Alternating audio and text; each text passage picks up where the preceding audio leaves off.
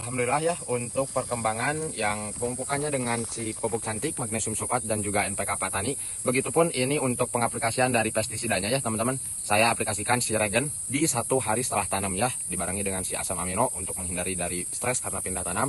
Serta untuk si Regen ini untuk supaya menghindari atau mencegah dari serangan khususnya belalang ya, karena di fase-fase awal pindah tanam yang sering yang pasti banyak dimanapun di daerah manapun pasti itu belalang atau jangkrik gitu ya teman-teman. Makanya untuk aplikasikan si regen bahan aktif fipronil ya, regen dari regen merah ini bahan aktifnya fipronil 50%, ini 50 SC.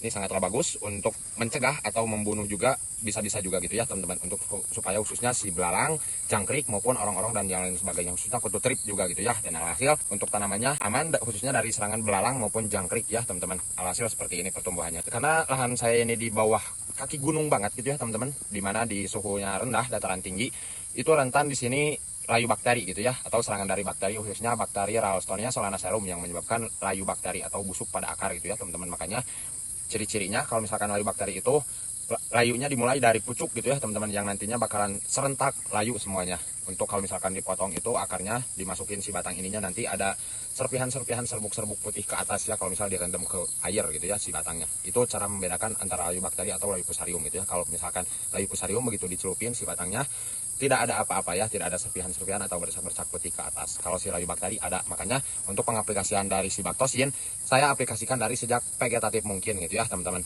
biar supaya terhindar khususnya dari layu bakteri Ralstonia solanacearum. Seperti itu. Hasil tanamannya tetap normal dan juga aman untuk semuanya juga. Alhamdulillah tanaman masih tetap optimal dan juga maksimal, aman, terkendali ya. Makanya kita harus tahu juga apa yang endemik, apa yang resisten di lahan kita sendiri gitu ya, baik kutu-kutuannya, baik penyakitnya, biar supaya dalam pengaplikasian pestisidanya pas sesuai seperti itu ya teman-teman.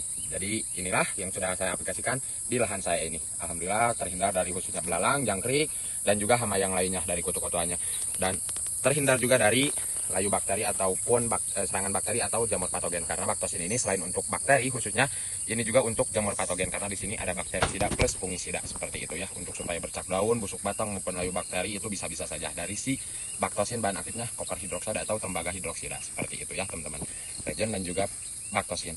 Alhasil seperti ini.